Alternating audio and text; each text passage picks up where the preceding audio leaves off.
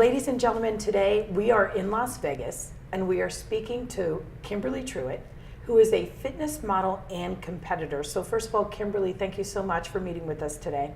Thank you. Thank you for having me. This is a complete pleasure, and I'm extremely excited to speak with you and be a part of this. Well, I'm curious to find out where this began for you. Where did this passion for fitness and fitness modeling start? It started about 6 years ago. I mean, I've always loved competing.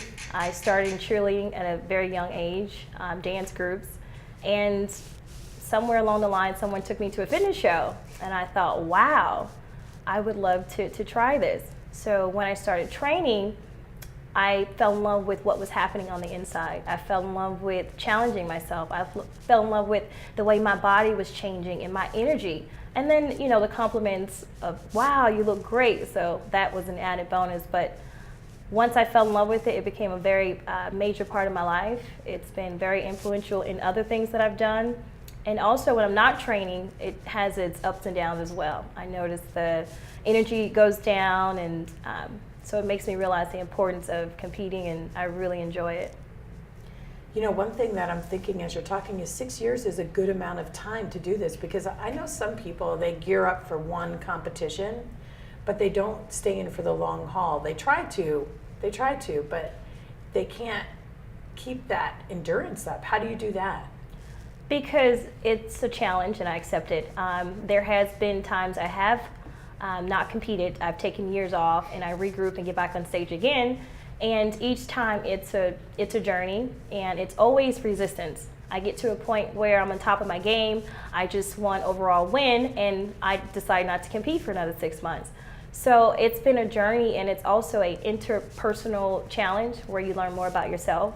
And that is why I keep doing it. It's always something that I'm learning and moving forward and challenging myself. So it becomes more than the outward appearance. It's an inner challenge that I appreciate and I can share with other people. You know, my audience members, so many of them are into fitness as well. And I'm wondering, you know, for them, I'm wondering how it worked out that you took that leap, right? From just kind of making this my workout routine to a lifestyle that became part of your career, I'm sure, right? Because, I mean, modeling and doing things outside of what most people do, just going to the gym 5 days a week. You know, how did you take that I leap? will say this. Exercising, working out, and competing, it's something you have to decide to do. It's something you have to want to do. And it took for someone else to see something in me to say, I think you should continue. I think that you should start believing in yourself. I think you should give yourself a chance. Why not? What do you have to lose? And I thought about that, and then I decided, you know what? This person is right. I've never had anyone say that to me that way. And when I did move in that direction, I did my first bikini show in bodybuilding in California, and I won my show that day. And not only did I won my show, I won the overall title.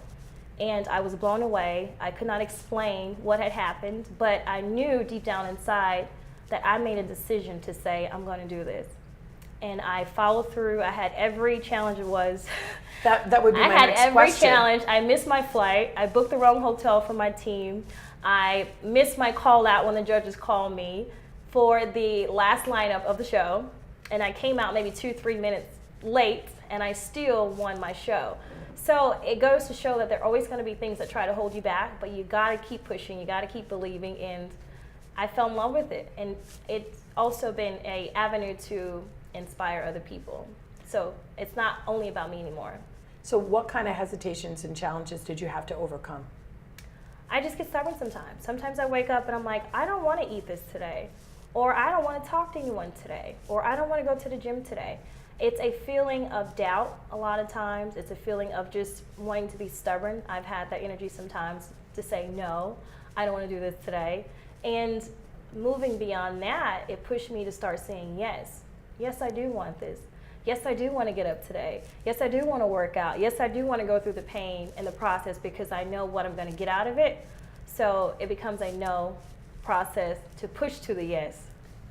Was there one time that you can look back on and feel the reward of all of your hard work besides winning that one title? Like, you know? Every time. Mm-hmm. Every time. It's always a very exciting experience when you win. But that win, it's not about the trophy. It's about winning on the inside. It's about saying yes to me. Yes, I can do this. And it goes into every other area of my life, into dating, that allowed me to open up for love. Yes, I'll go on a date with you today. Yes, I will travel with you. Yes. So I understand that now, and that's why I continue to do what I do. What do you think you've learned about yourself? That I am unstoppable, that I'm real, that I am open, that I'm strong, that I am inspiration, and that I'm a woman. I always try to get my audience to act, right? So I say envision something for yourself, Okay. explore what it would take, and then execute that plan. Did you see yourself on the stage before you actually decided to see what it would take to do this? I saw myself enjoying the process. I saw myself saying, I'm going to go through with this. I feel good and I'm excited. I have to say I was surprised when I got the overall win because there were so many challenges up to that point, but I knew I was happy with what I brought to the stage. I knew that I pushed through every obstacle. I knew that I followed my meal plan. I knew that I got through everything, and I was just happy to be there that day. So there is a lot of things you do have to grow through in the process because it's a self-development process. It's not a team sport. You know, when you're on stage, they're judging you by you. They're judging you by how you present yourself and what you put in. So you have to take full ownership of that. So if I was to ask you to give advice to my audience to execute their plans, no matter what their passion is, what advice would you give them on that front? My biggest advice is to ask yourself the right question. A lot of people tell me to ask yourself why. And I challenge myself with that. Why am I doing this? Why do I do this? Why do I do that? And sometimes I don't know my why until I've completed something. I would say ask yourself, what if? What if you don't do it? What if you don't try something new? What if you're not willing to be open? What if you're not willing to travel the world? What if you're just going to stay in the same place? What if you do that? And then think about what if you did step outside of your comfort zone? What if you did decide to go to the gym and work out and feel great about yourself and have more energy? What if you did all those things? So I would say ask yourself, what are your what ifs? And that allowed me to open up and be more excited and be a little bit more creative with my life. So what if? What's next for you? What's next for me? I love to travel. I've been to over 15 countries.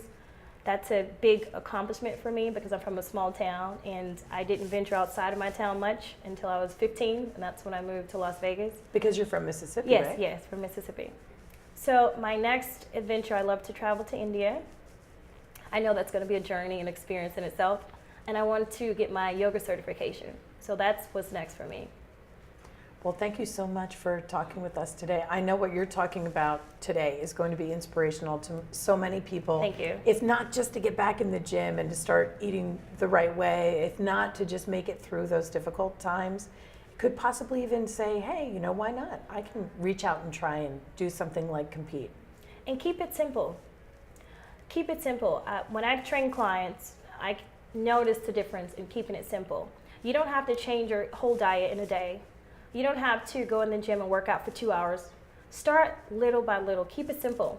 If it's just waking up and having an extra bottle of water a day, if it's just working out an extra 5 minutes a day, if it's just dancing in the mirror and visualizing yourself at your goal, those all help you get to where you want to go. Keep it simple and enjoy the process and have fun. It's a fun journey. We're going to have to keep track of you to see how you do next. Okay, thank you. I appreciate that. Thank you so much.